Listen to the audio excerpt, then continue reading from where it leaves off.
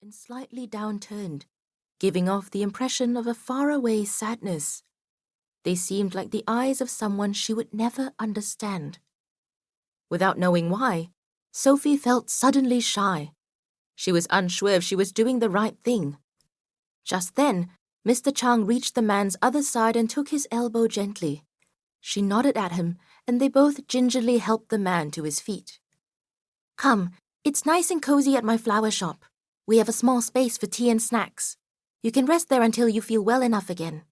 Sophie found herself reassuring the man brightly. The man said something in response that she could not catch. "Huh?"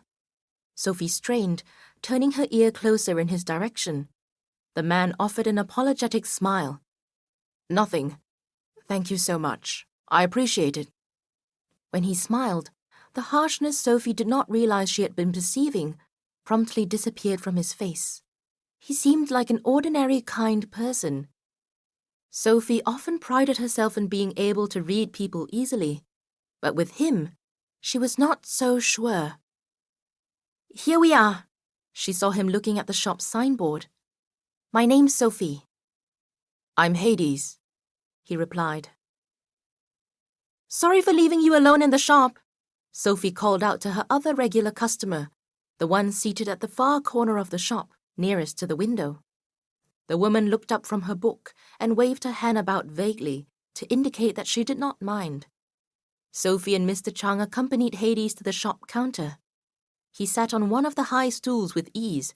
His legs were so long he barely needed to hop up onto the seat.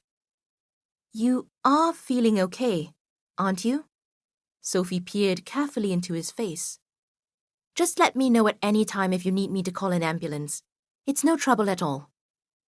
"I'm fine, really. Thank you for inviting me here."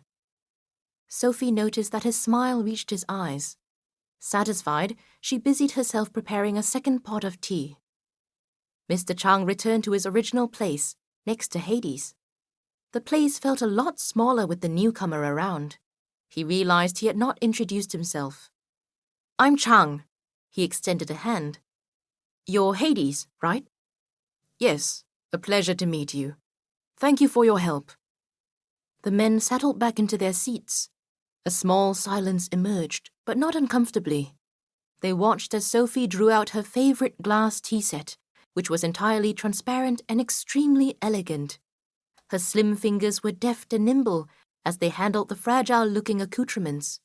From jars she scooped small mounds of peach flower buds and lavender, and nestled them lovingly into the glass teapot with a small wooden lid.